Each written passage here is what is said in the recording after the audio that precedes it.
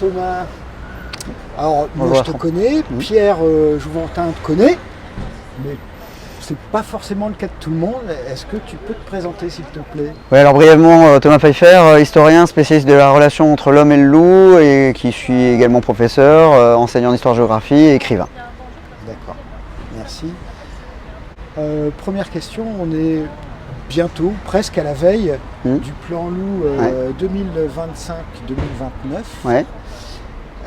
Et les quotas d'abattage des loups vont très certainement augmenter. C'est clair. Qu'en penses-tu, toi? Et déjà, évidemment, avant qu'on les augmente sur le prochain plan, effectivement, 2024-2029, on est déjà à 174 tirs de loup, soit un quart des effectifs sur les 924 loups.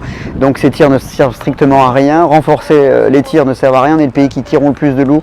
Nous avons le plus d'attaques sur les troupeaux et nous sommes le pays qui dépensons le plus d'argent. Donc ça n'a strictement aucun sens, puisque en tirant des loups, on disperse encore davantage les meutes et on provoque encore plus d'attaques sur les troupeaux. Donc on crée le contraire de ce qu'on doit faire, c'est-à-dire maintenir des meutes territorialisées qui vont apprendre à chasser ce qu'elles doivent chasser, c'est-à-dire des proies sauvages, et en même temps réserver les troupeaux pour l'homme, mais en mettant les moyens de prévention en parallèle pour aider les éleveurs à ne pas vivre la contrainte loup comme une calamité, mais à la vivre comme une force, et c'est-à-dire comme un encouragement à découvrir une forme d'écotourisme autour du retour naturel d'un prédateur et d'un régulateur sanitaire qu'est le loup. Selon toi, donc, le fait d'abattre le leader, le chef de meute, Ouais. Ou un autre loup, employer plein de termes, ouais. a une incidence sur la vie sociale et sur la culture de la chasse et toutes ces choses-là. Oui, c'est-à-dire qu'en fait, ça va perturber en fait, un clan de loups qui est structuré.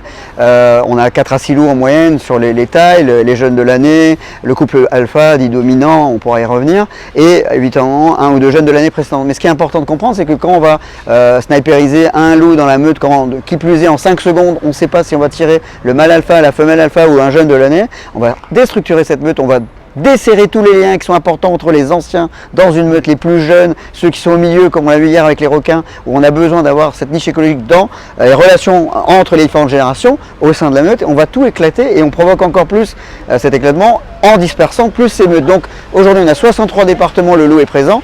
C'est lié aussi à cette conséquence de tir totalement contre-productive et inutile. Merci Thomas. Merci.